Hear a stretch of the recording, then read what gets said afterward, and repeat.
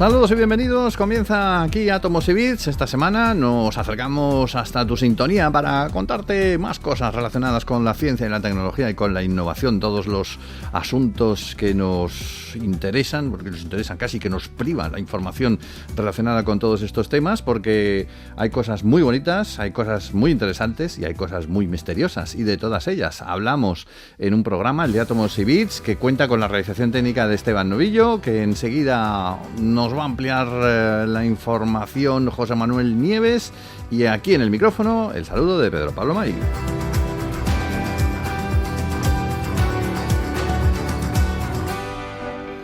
Hoy nos hemos vestido de negro, de Men in Black, porque tenemos que hablar...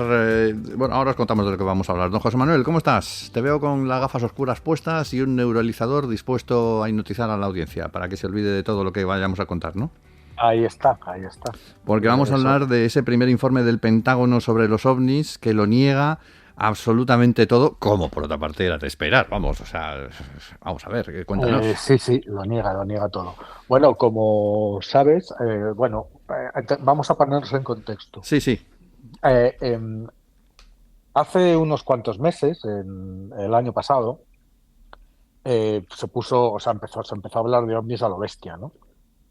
¿Y por qué? Pues porque poco tiempo antes Estados Unidos empezó a desclasificar vídeos de pilotos de combate de las Fuerzas Aéreas norteamericanas, y en algunos de esos vídeos aparecían objetos que se movían de formas imposibles para nuestra tecnología, ¿vale? Entonces, claro, se empezó a especular con que había una especie de contacto entre los norteamericanos y los ovnis, porque no eran ni uno ni dos, sino varios, las grabaciones, y además, claro, los testigos en este caso eran pilotos de las Fuerzas Armadas, pilotos de combate, no eran granjeros de Arkansas que decían que les habían secuestrado, ¿no? Bueno, esto por un lado, pero es que entonces, dado el interés que esto suscitó, las teorías de la conspiración empezaron a insistir sobre que el hecho de que Estados Unidos seguro que tenía en alguna base secreta restos de alguna nave estrellada. Y como había dudas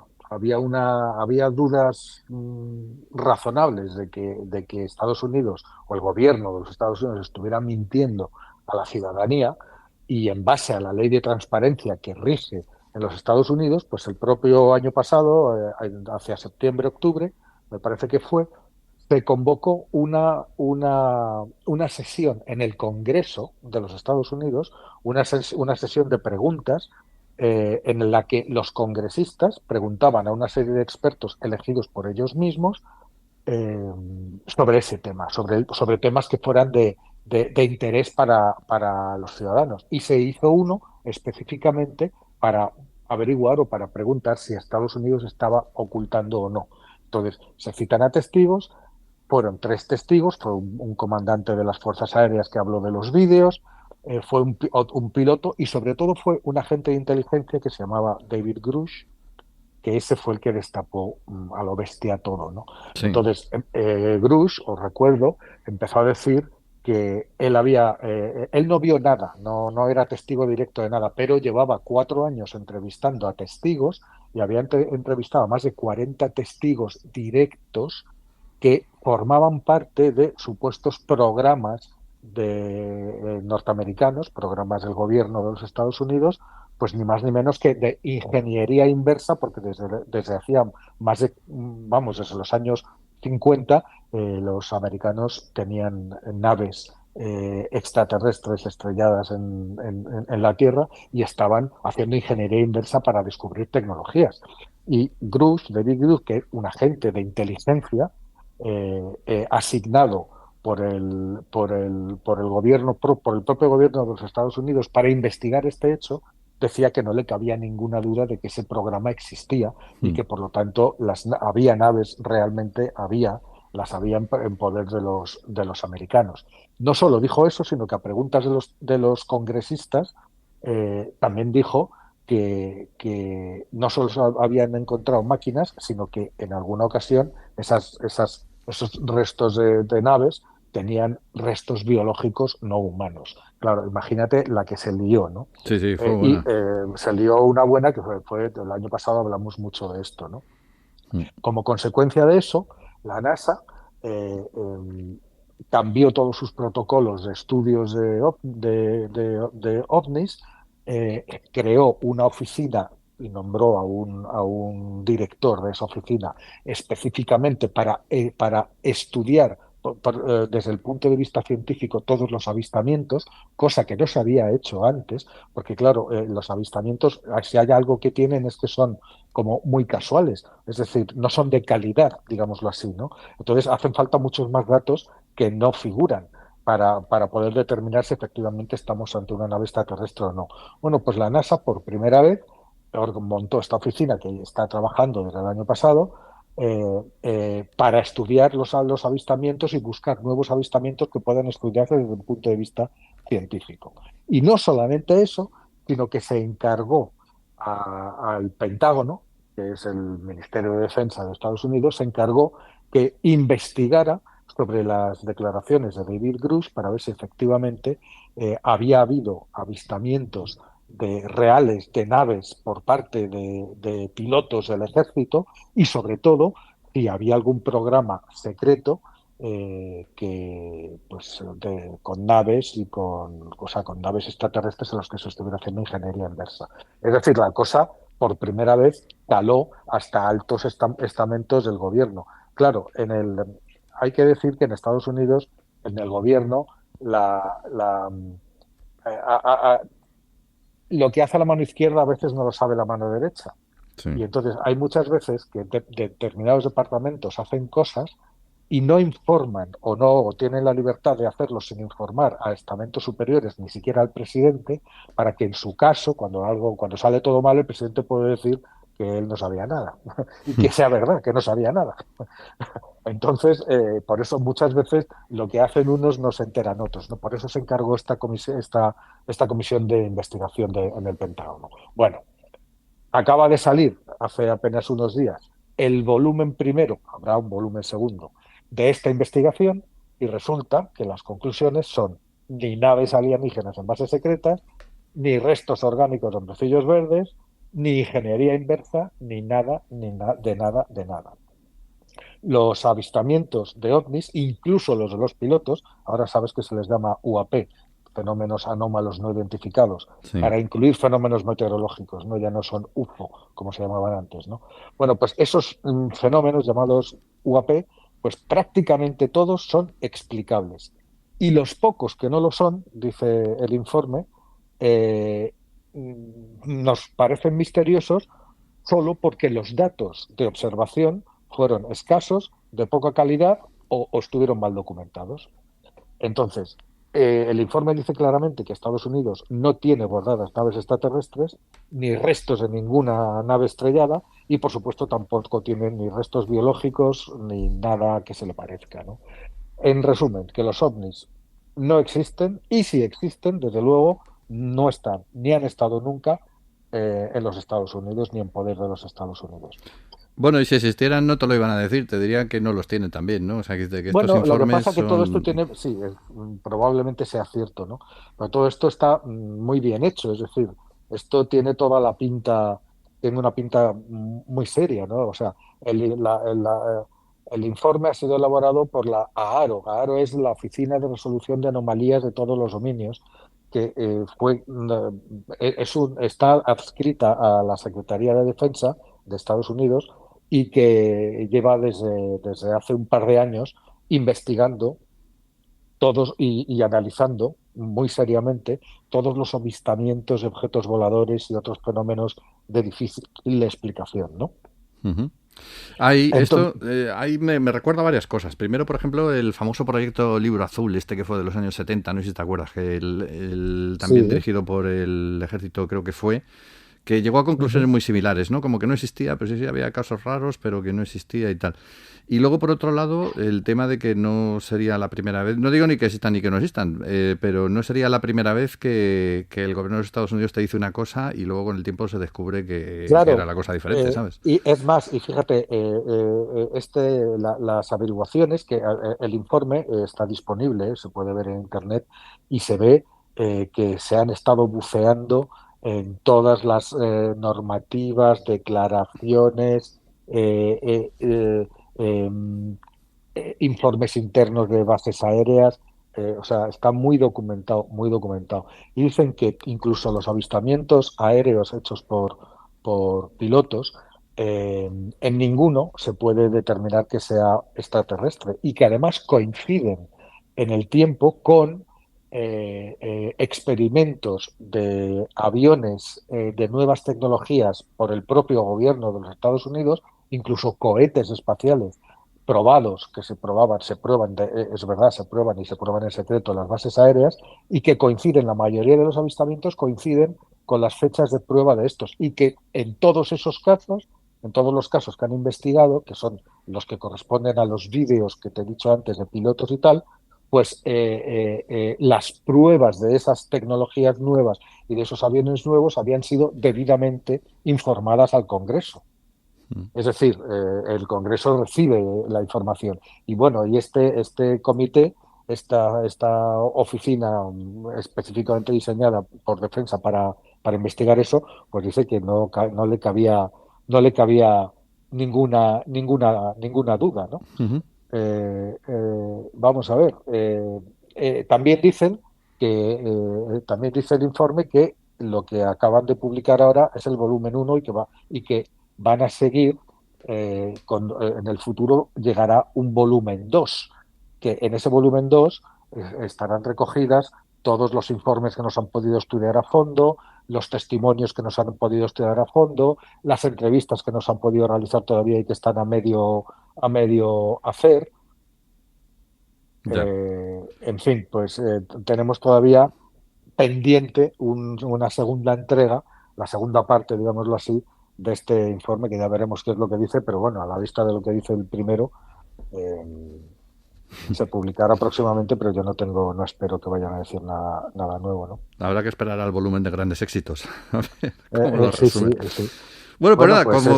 esto es Sí. lo que hay. Entonces ya que cada uno piense lo que No, yo estoy muy contento porque esto quiere decir que no habéis descubierto a mis colegas que van y vienen de vez en cuando a este mundo. Y y se matan digo, como locos o qué. no, que Es que van... van como locos y se estrellan aquí, ¿no? Claro, alguno ha tenido algún problemilla con la nave y tal, pero bueno, me alegra que sigáis pensando que no existen porque así seguiremos con nuestros maléficos planes sobre la humanidad. Muy bien. Y ahora nos toca desmentir otra. Sí, sí, sí, porque hoy es el día de los desmentidos. Hoy Avi Loeb, que despierta tantos amores como odios, el pobre hombre, resulta que ha reconocido que se confundió. Bueno, cuéntalo tú porque a mí me No, da la no, risa. Es que se ha confundido con una observación. él no lo ha ¿No reconocido, lo ha porque reconocido? ha salido un estudio, ha Sí, salido otro estudio. Es que, claro, a ver, Avi Loeb es el de Oumuamua, os sí, acordáis sí, sí. todos, ¿no?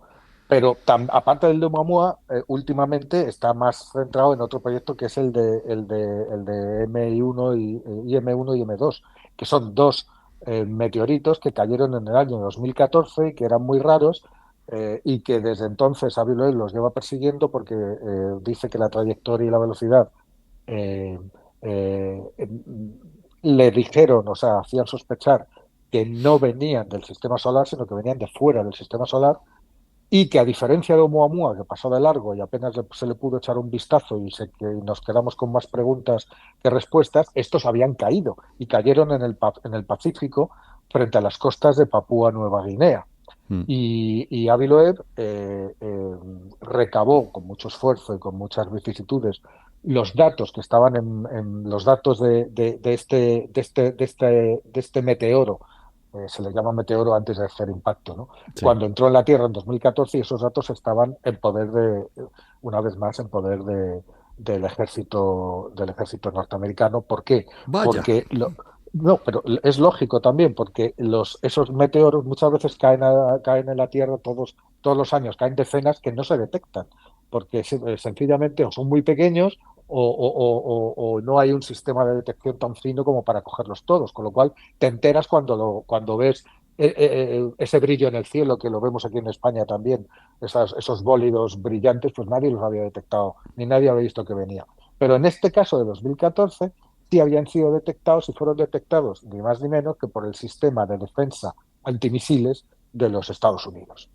Eso es militar. Entonces, claro, estos sistemas están diseñados para ver no sé, si los coreanos nos lanzan un misil, pues este sistema es el que detecta que ese misil viene y te dice por dónde viene, la trayectoria que lleva, la velocidad que lleva, dónde puede hacer impacto, es decir, te hace ese tipo de cálculos. Y en 2014, en noviembre de 2014, detectó estos dos meteoros, el IM-1 y el M2, a los que hacía referencia Loeb. Loeb estuvo intentando que durante años que el ejército le diera los datos para que le confirmara si efectivamente esas dos piedras venían de fuera o no venían de fuera de la Tierra, y lo consiguió en el año 2021. Después de, fíjate, desde el 14 al 21, 8 años después, le mandaron un breve texto, los militares, diciéndoles que efectivamente podían confirmar que al 99,9% esos meteoritos venían de más allá del sistema solar. Ya. Con eso en la mano, Avi Loeb dijo, vale, como Oumuamua tuvimos la mala suerte de que pasó de largo y ya te digo, pues según lo miraron, pues cada uno hizo una cosa, no se ha podido determinar demasiado bien de qué estaba hecho. Si Loeb dice que eran restos de una nave que pasó, porque bueno, no vamos a contar ahora la historia de Oumuamua, Sí, es la pública y conocemos, sí. ahí la tenemos, ¿no? Pero en este caso teníamos la suerte de que habían caído a la Tierra. Entonces Avi Loeb el año pasado, en verano, se montó una expedición al Pacífico para ir a buscar los fragmentos que habían caído en el océano, estaban en el fondo del océano, como tenían los datos de trayectoria y sabía más o menos la zona donde habían caído, pues se montó una expedición y se trajo varios centenares de esférulas cogidas a más de 1 kilómetro de profundidad en el fondo del mar, en las costas de Papúa Nueva Guinea, de esférulas metálicas que él vio que la composición era muy extraña en nuestro sistema solar, con lo cual confirmaba, según él, que venía de fuera y que además eran una aleación de metales desconocida en la Tierra, con lo cual él pensaba que eso también eran restos de una nave. Bueno, claro, eso empezó a despertar unas polémicas que no veas. Otros investigadores también cogieron esas esférulas que Loeb generosamente cedió para que todo el mundo que quisiera las estudiara y las investigara, tal y como había hecho él, y algunos estudios ya decían que eso era material, estaba contaminado por material terrestre.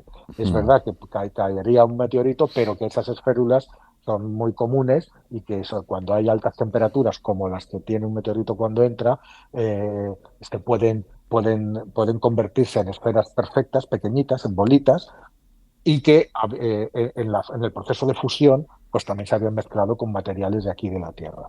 Vale, todo eso entonces ahí está la polémica. Pero es que ahora hay un nuevo estudio que dice, porque claro, cómo sabía Loeb en qué sitio habían caído? Pues porque normalmente estos fenómenos, cuando entra un bólido a la atmósfera de este tipo, pues provoca como una especie provoca vibraciones y Sí. emite ondas sonoras, ¿vale? Y esas ondas sonoras son medidas por los sismómetros, o sea, como si fuera un terremoto, pero no un terremoto, sino que esto se produce todo en el aire, ¿no? Entonces, resulta que justamente en la misma fecha de caída, que fue en noviembre de 2014, de estos meteoros, pues un sismómetro, una estación sísmica de Papúa Nueva Guinea captó unas vibraciones que coincidían exactamente y que, claro, Loeb inmediatamente atribuyó a ese meteoro Mm. y que le daban la localización aproximada de dónde podía estar con un radio de unos pocos kilómetros de dónde podía estar. Bueno, Pero, ahora ya, después de todo esto que te he contado, viene lo bueno. Y resulta que este nuevo estudio, hecho por expertos de la Universidad Johns Hopkins, dice que Loeb no solo interpretó mal las señales de localización del meteorito, sino que lo buscó en el sitio donde no era. Con lo cual, lo que encontró en ningún caso eran los fragmentos de ese meteorito que, como él piensa, ¿no? O sea, imagínate. Y no solamente eso, ¿qué fue lo que le confundió? Bueno, pues las vibraciones utilizadas por Loeb, como te he dicho, registradas en la zona justo al mismo tiempo del impacto y que según Loeb estaban causadas por las ondas sonoras de la bola al atravesar la atmósfera, pues resulta que eran un camión que estaba pasando justo al lado de la estación sísmica. Las vibraciones de un camión. Y eso fue lo que según este estudio se detectó. y O sea, a ver, es que esto es tan, no sé, es como de sitcom. O sea, un señor sí, con sí, esta sí. capacidad y con estos medios, con tal, y se confunde con un camión. O sea, es que es muy raro, ¿no? A ver, O es factible? un camión que, de hecho, si tú en el estudio se publica también los datos del sismómetro y hay una serie de mapas de aéreos en los que se ve la estación sísmica que detectó las vibraciones y como justo al lado pasa una carretera que resulta que es muy transitada por camiones. Entonces, claro, un camión que transitaba por la carretera generó esas vibraciones y esas ondas sonoras que en aquel momento eh, eh, coincidieron con la caída de ese meteorito. Pero claro, ¿qué es lo que dicen los investigadores en el estudio? Pues que es muy difícil captar una señal y confirmar que viene de una cosa y que no viene de otra. Pero lo que podemos hacer, dice, y han hecho, es demostrar que hay muchísimas señales igual que esa, y que todas ellas tienen las características que se esperarían de un camión y ninguna de las características que se esperan de un meteoro. Es decir, lo que han hecho ha sido recoger años de señales sabiendo, o sea, de señales de camiones y son exactamente idénticas a las señales que se detectaron asociadas a este caso. Y se parecen a señales de vibraciones de medios de transporte que hacen vibrar el suelo, hay camiones muy grandes y que montan mucho escándalo, ¿no? Y resulta que lo que Loeb utilizó para localizar y para determinar dónde había caído, pues era un camión que pasaba al lado de la estación sísmica. De todas O sea, maneras, suena... imagínate. Y él hizo, perdona, Sí. termino. Él no encontró, porque este hombre es un experto en ondas sísmicas, es un experto de la Universidad Johns Hopkins en ondas sísmicas, y buscó las ondas sísmicas asociadas al meteoro y no encontró ninguna clara.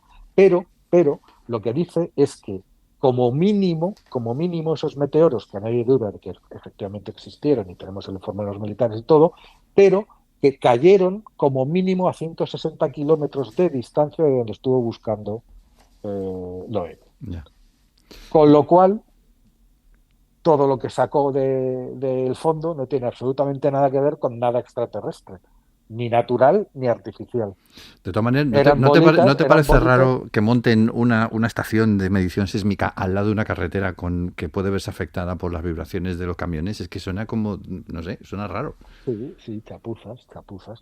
Bueno, tú sabes que también una de las señales de posibles detecciones de una señal extraterrestre de radio que se repetía en los días, se repetía en las horas y se repetía y que ya estaban prácticamente seguros de que habían por fin captado una señal de radio, al final era un maldito horno de microondas dentro del propio telescopio, que cada vez que iban los astrónomos a calentarse un café o el desayuno, interfería y producía esa señal que los instrumentos hipersensibles del telescopio captaban e interpretaban como lo que no era.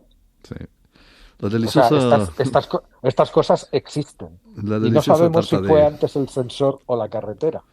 Ya. Pero si fue antes la carretera, muy mal construir un sensor sísmico justo al lado de una carretera de tráfico de camiones. Anda, que Y si fue al revés y el sensor ya existía, muy mal construir una carretera justo al lado de una instalación de medición de estas características, ¿no?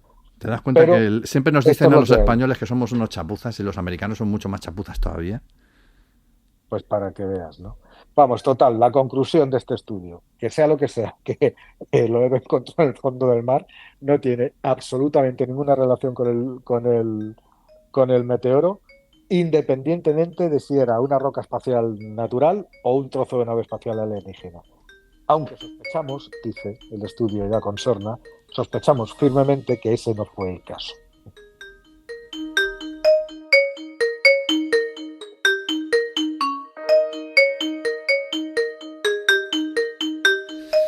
Bueno, pues de todo esto solamente saco una conclusión. Estoy muy contento porque no habéis descubierto todavía a los de mi planeta por aquí. Y vamos a pasar al tema tecnológico, donde después de tantas decepciones creo que podemos encontrarnos con algo que nos va a alegrar un poquito más porque tiene muy buena pinta. Nada más y nada menos que un nuevo teléfono, un nuevo cacharrito que va a reducir el precio de lo que costaba su predecesor y viene a hacer casi lo mismo que lo que hacía el mismo. Es el Nothing Phone, ese teléfono Sí, nada.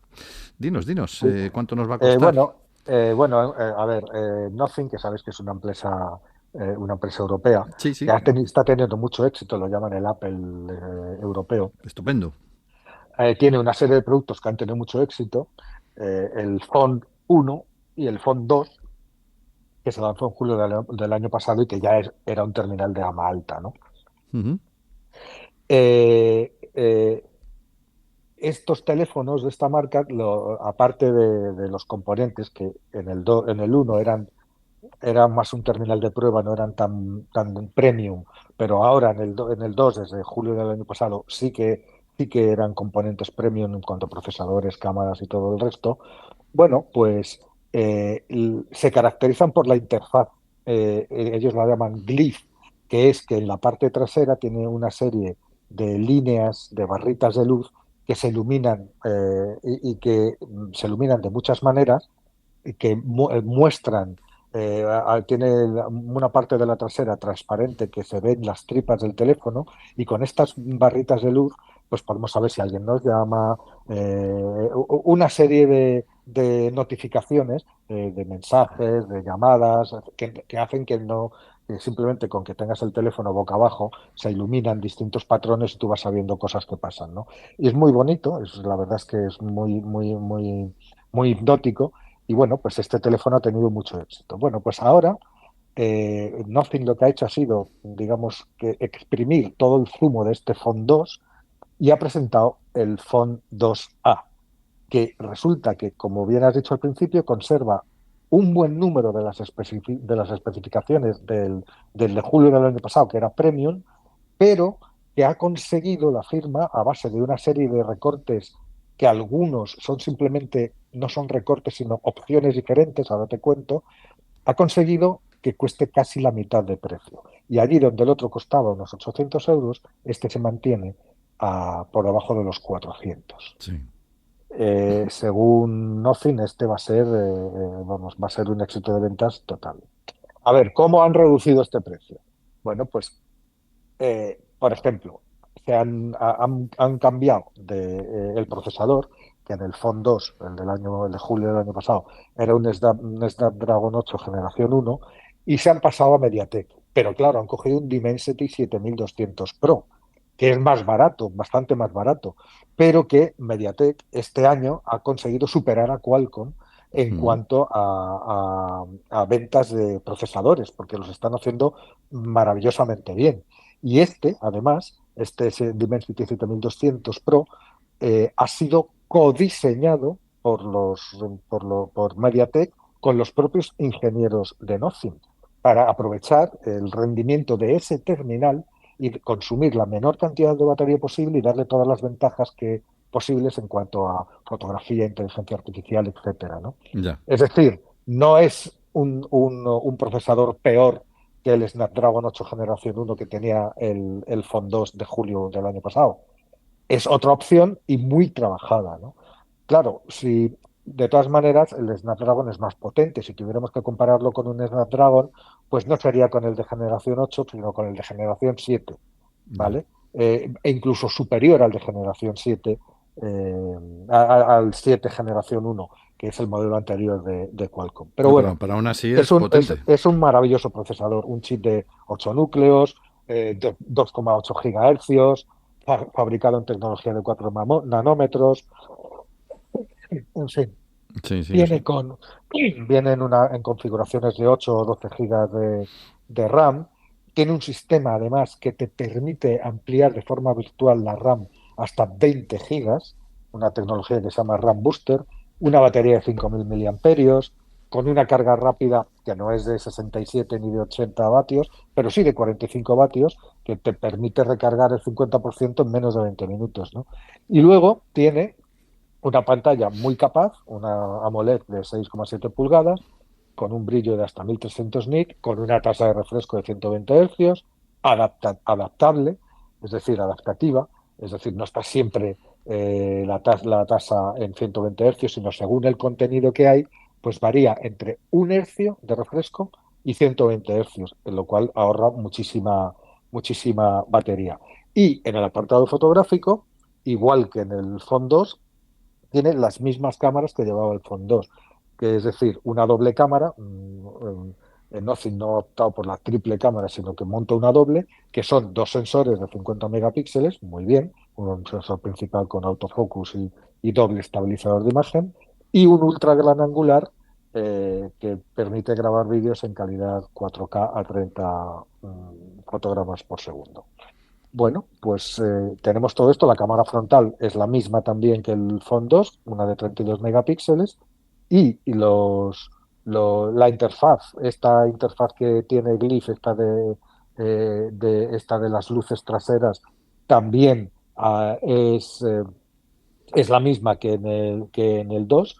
Y bueno, la diferencia es que el 2A cuesta 329 euros en lugar de los casi 800 que costaba el otro. Si lo coges con 8 gigas y 128 para almacenamiento, y 379 euros si lo coges con 12 gigas de RAM, que ya está bien, y 256 gigas de almacenamiento. Sí, sí, sí, la diferencia es notable. Al final es que llegas a la conclusión de que cuando sale un teléfono nuevo lo que hay que hacer es esperar a que pase de moda, que salga el siguiente modelo para hacerse con el teléfono más barato todavía, ¿no? Claro, es que simplemente con comprar el modelo tope de gama de hace 2 años, que Sí, al 99% de la gente le sigue sobrando por todos lados, y ya los encuentras muchísimo más baratos, excepto algunos.